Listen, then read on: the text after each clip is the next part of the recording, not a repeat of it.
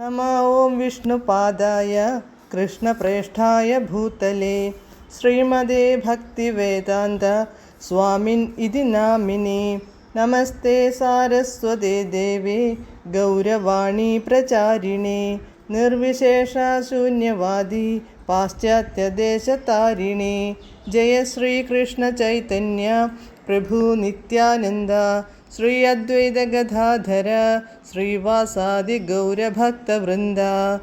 हरे कृष्ण कृष्ण कृष्ण हरे हरे, हरे राम राम राम हरे हरे। हरे कृष्ण कृष्ण कृष्ण हरे हरे, हरे राम राम राम हरे हरे। हरे कृष्ण कृष्ण कृष्ण हरे हरे, हरे राम राम हरे हरे. പരമദിവ്യോത്തമ പുരുഷനായ ശ്രീകൃഷ്ണ ഭഗവാന്റെ കഥകളാണ് ശ്രീകൃഷ്ണ എന്ന പുസ്തകത്തിലൂടെ പറയുന്നത്. ഓം നമോ ഭഗവതേ വാസുദേവായ, ഓം നമോ ഭഗവതേ വാസുദേവായ, ഓം നമോ ഭഗവതേ വാസുദേവായ. നാരായണം നമസ്കൃത്യ നരം ചൈവ നരോത്തമം ദേവീം സരസ്വതീം വ്യാസം തതോ ജയമുദീരയേത്. നഷ്ടപ്രായേഷു ഭദ്രേഷു നിത്യം ഭാഗവത സേവയാ ഭഗവത്യുത്തമശ്ലോകേ ഭക്തിർഭവതി നഷ്ടികീ. അധ്യായം 72. കൃഷ്ണൻ ഹസ്തിനപുരത്തിലേക്കു മടങ്ങുന്നു. Page number 715. രാജാക്കന്മാർക്ക് ഉപദേശം നൽകിയ ശേഷം ഭഗവാൻ കൃഷ്ണൻ അവരുടെ സുഖസൗകര്യങ്ങൾക്കു വേണ്ട ഏർപ്പാടുകൾ ചെയ്തു. അവരുടെ പരിചരണത്തിനായി അനേകം ഭൃത്യജനങ്ങളെ നിയോഗിച്ചു.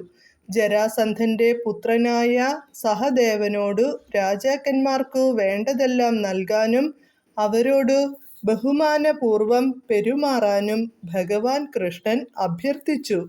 ഭഗവാന്റെ ഇംഗിതമനുസരിച്ച് രാജാ സഹദേവൻ വിശേഷ വസ്ത്രങ്ങളും ആഭരണങ്ങളും പുഷ്പമാല്യങ്ങളും മറ്റ് അനുസാരികളും നൽകി അവരെ ആദരിച്ചു. കുളി കഴിഞ്ഞ് ഭംഗിയായി വസ്ത്രം ധരിച്ചപ്പോൾ അവർ സന്തുഷ്ടരും കുലീനരുമായി കാണപ്പെട്ടു.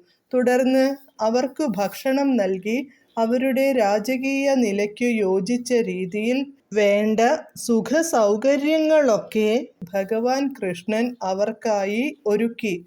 ഭഗവാൻ കൃഷ്ണന്റെ കരുണാപൂർവമായ പെരുമാറ്റത്തിന്റെ ഫലമായി അവർ ഏറെ സന്തുഷ്ടരായി. വർഷക്കാലത്തിനു ശേഷമുള്ള ആകാശത്തിലെ നക്ഷത്രങ്ങൾക്കു തുല്യം അവരുടെ മുഖം പ്രകാശിച്ചു. ഭംഗിയായി വേഷഭൂഷകളണിഞ്ഞ അവരുടെ കുണ്ഡലങ്ങൾ മിന്നിത്തിളങ്ങി.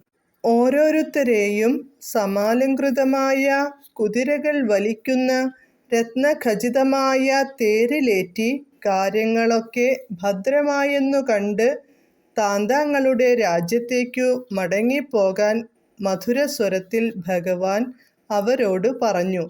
ലോക ചരിത്രത്തിൽ വച്ച് ഏറ്റവും അതുല്യമായ രീതിയിൽ ഭഗവാൻ കൃഷ്ണൻ ഇപ്രകാരം ജരാസന്ധന്റെ പിടിയിൽ നിന്നു രാജാക്കന്മാരെ മുഴുവൻ മോചിപ്പിച്ചു.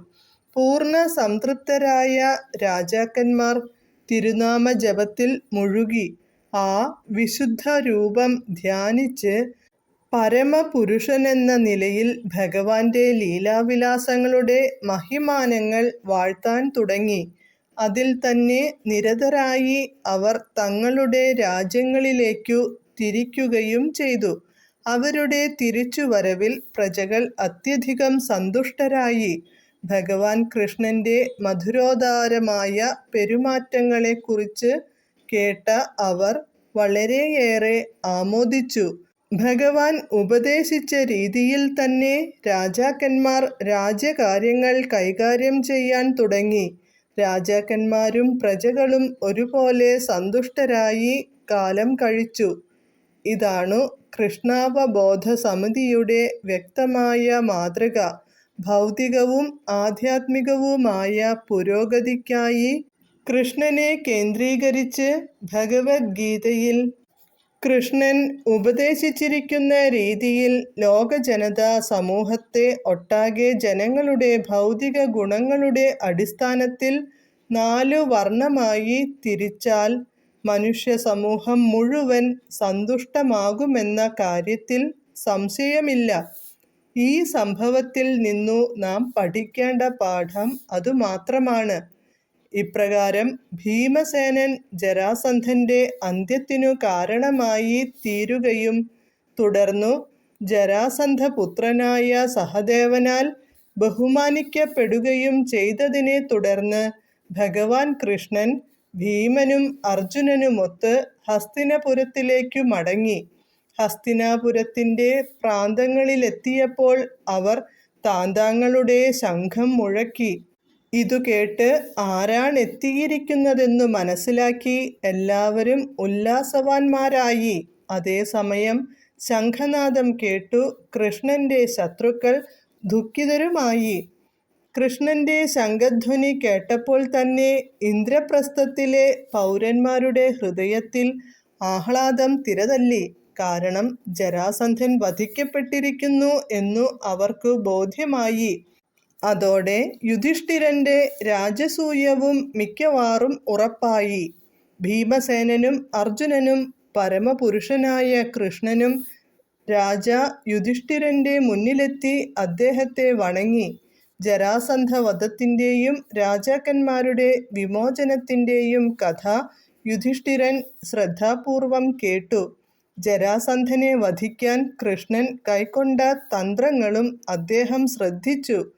പ്രകൃത്യാ തന്നെ രാജാവിനു കൃഷ്ണനോടു ഏറെ വാത്സല്യമുണ്ടായിരുന്നു. കഥ കേട്ടതോടെ അദ്ദേഹത്തിനു കൃഷ്ണനോടുള്ള സ്നേഹബന്ധം കൂടുതൽ ദൃഢമായി.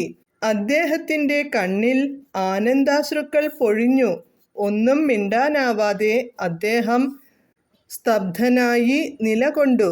ഇപ്രകാരം കൃഷ്ണൻ എന്ന ഗ്രന്ഥത്തിലെ ഭഗവാൻ കൃഷ്ണൻ ഹസ്തിനപുരത്തിലേക്കു മടങ്ങുന്നു എന്ന 72-ാം അധ്യായത്തിൻ്റെ ഭക്തിവേദാന്ത ഭാഷ്യം സമാപ്തം. ഹരേ കൃഷ്ണ.